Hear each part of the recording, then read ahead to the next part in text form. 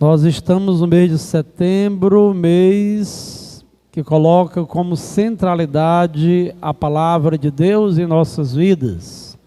É o mês da Bíblia, onde nós exaltamos as Sagradas Escrituras. As Sagradas Escrituras que servem para nos formar e também para nos corrigir no momento oportuno. A propósito, hoje este Evangelho nos fala de correção fraterna. A correção que deve acontecer com amor, com caridade, para que possamos ganhar o nosso irmão, uma palavra muito forte. Quando nós nos decidimos em busca de alguém que está no erro, quando nós fazemos um apelo para que a pessoa se converta, se arrependa e mude de vida, nós estamos salvando aquele irmão, aquela irmã. Não é só corrigir, mas também nos deixarmos corrigir. Não adianta querermos ser a palmatória do mundo, como se diz. Há pessoas que sempre estão vendo o defeito das outras e até falam demais, mas não se deixam também corrigir quando recebem alguma palavra exortativa, algum conselho para que a pessoa possa mudar de vida. Na primeira leitura, Ezequiel recebe de Deus uma missão, a missão de ser constituído como sentinela, ou seja, como vigia. O sentinela ou vigia é aquele que ficava em uma torre de guarda, observando tudo que ocorria, observando se chegaria ou não o inimigo, para dar segurança aos cidadãos que estavam dentro da cidade. Se Deus nos constitui como vigias ou como sentinelas, é para que nós observemos, para que nós cuidemos uns dos outros, para que possamos ter zelo por todos os irmãos e as irmãs. Isto começa dentro de casa. Existem pais que deixam as crianças muito soltas, muito livres, e não percebem quais são os caminhos que as crianças estão percorrendo, quais são as companhias com quem estas crianças, ou jovens, ou adolescentes, estão convivendo ou estão se misturando. É fundamental que tenhamos este olhar vigilante, este olhar cuidadoso, este olhar de amor e de caridade. Quem ama está sempre cuidando, educando e corrigindo. Do contrário, se nós formos displicentes, se formos desatentos, insensíveis, certamente, quando abrirmos os olhos e cochilarmos, o que vai acontecer? As pessoas já estão perdidas. É no momento certo que nós devemos corrigir com toda a caridade. E o Senhor diz a Ezequiel: olha, se alguém está no erro, e eu te adverti que você deva dar uma palavra para corrigir aquele irmão, e ele não quiser, o problema é dele, ele se perdeu por conta própria, mas do contrário, pode ocorrer também. Se eu falar ao teu coração para que corrija alguém, e você não falar, o que acontece? Você se torna culpado, você haverá de prestar contas. E é por isso que nós devemos sempre olhar com caridade para todos. No Evangelho, a correção fraterna de que Jesus está falando precisa ser compreendida como continuidade de um episódio anterior. É um recurso muito sábio, se quisermos entender as Escrituras, sobretudo os Evangelhos, diante de um texto, averiguar os acontecimentos anteriores e os posteriores. E este conselho que Jesus nos dá a todos, para corrigirmos com amor, com carinho, ocorre depois daquela história que Jesus conta a respeito do bom pastor, que sai em busca de uma única ovelhinha que está perdida, que está ferida. Abandona as 99 que estão tranquilas e vai se arriscando para salvar uma só que já está perdida, para dizer: todos nós somos amados, todos nós somos importantes para Deus. Ninguém se sinta pequeno, ninguém se sinta diminuído, porque todos nós somos importantes. E assim como diante de Deus temos essa importância que é única, nós também precisamos valorizar todos e cada um daquelas que convivem conosco, e não são apenas as pessoas da nossa família.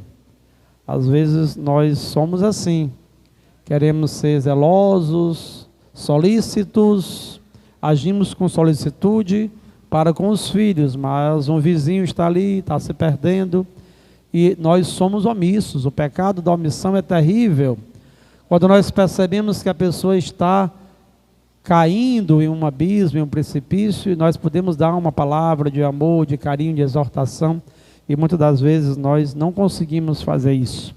Na nossa comunidade cristã sempre haverá pessoas que são mais difíceis, as imperfeições acompanham as nossas vidas, e é por isso que nós precisamos nos deixar corrigir pela palavra de Deus.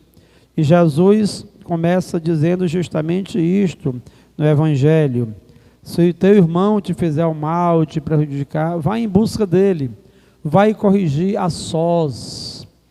É tão difícil nós ouvirmos esta palavra e não sermos capazes de não nos sensibilizarmos com isso, porque não é só um que está corrigindo o outro. Eu dizia numa missa anterior, hoje a palavra de Deus é um chicote para nós.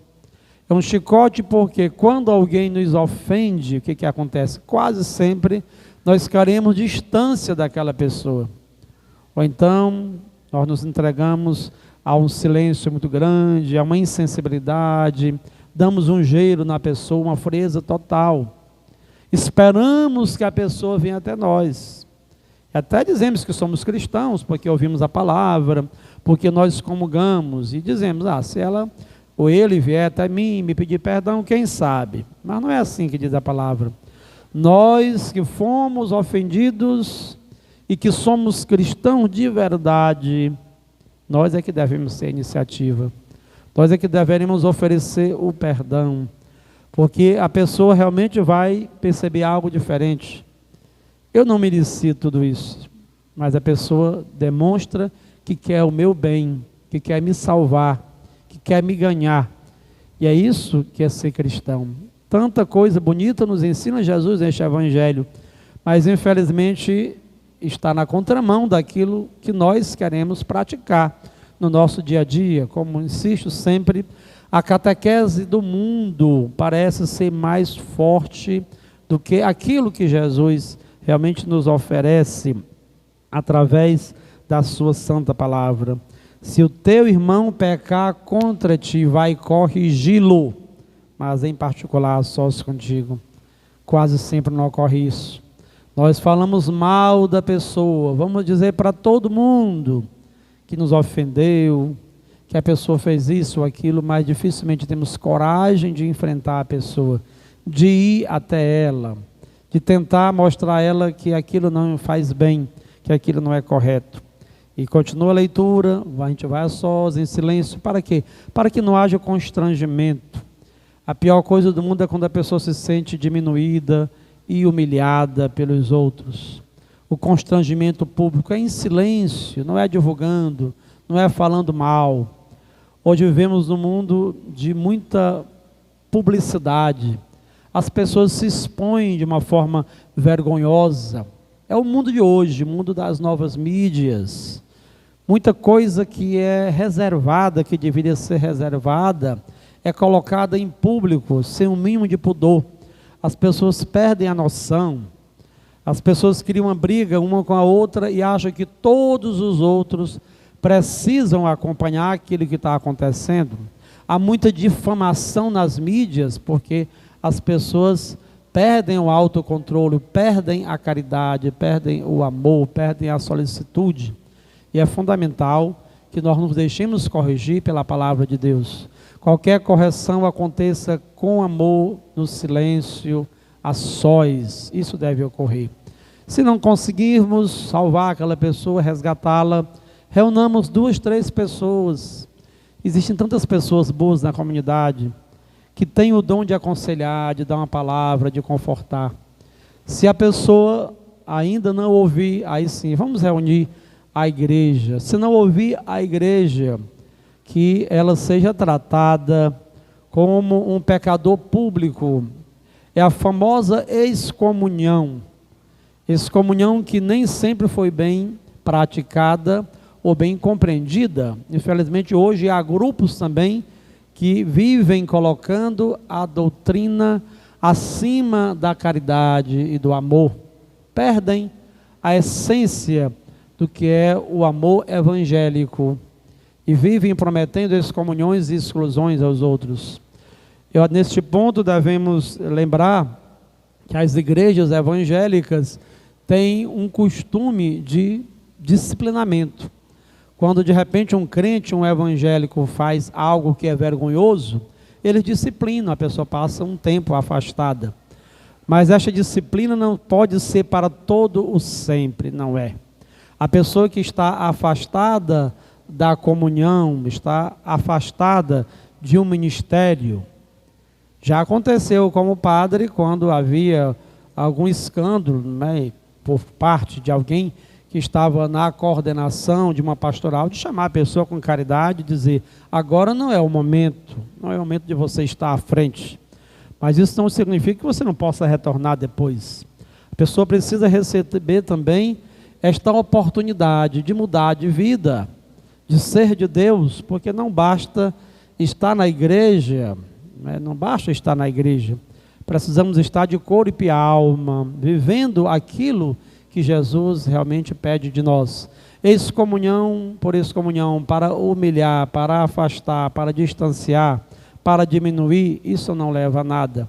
Se houve no passado e há excomunhão, uma vez por outra, é para que isso aí ocorre em um caso extremo, quando a pessoa não quer mesmo saber da graça de Deus e da comunhão com os irmãos, né, e com as irmãs. Ao final, Jesus termina este evangelho dizendo: onde 2 ou 3 estiverem reunidos em meu nome, eu estou ali no meio deles.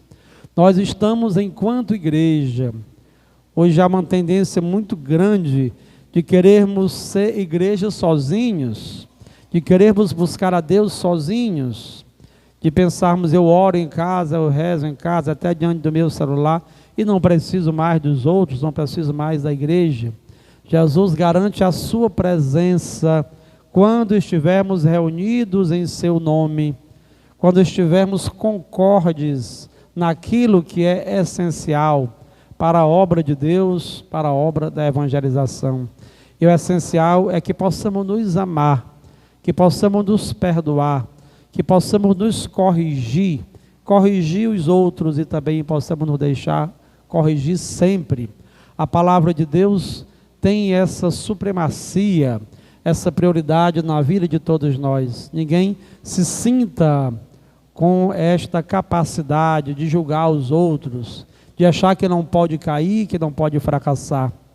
O que acontece com o outro pode acontecer também comigo.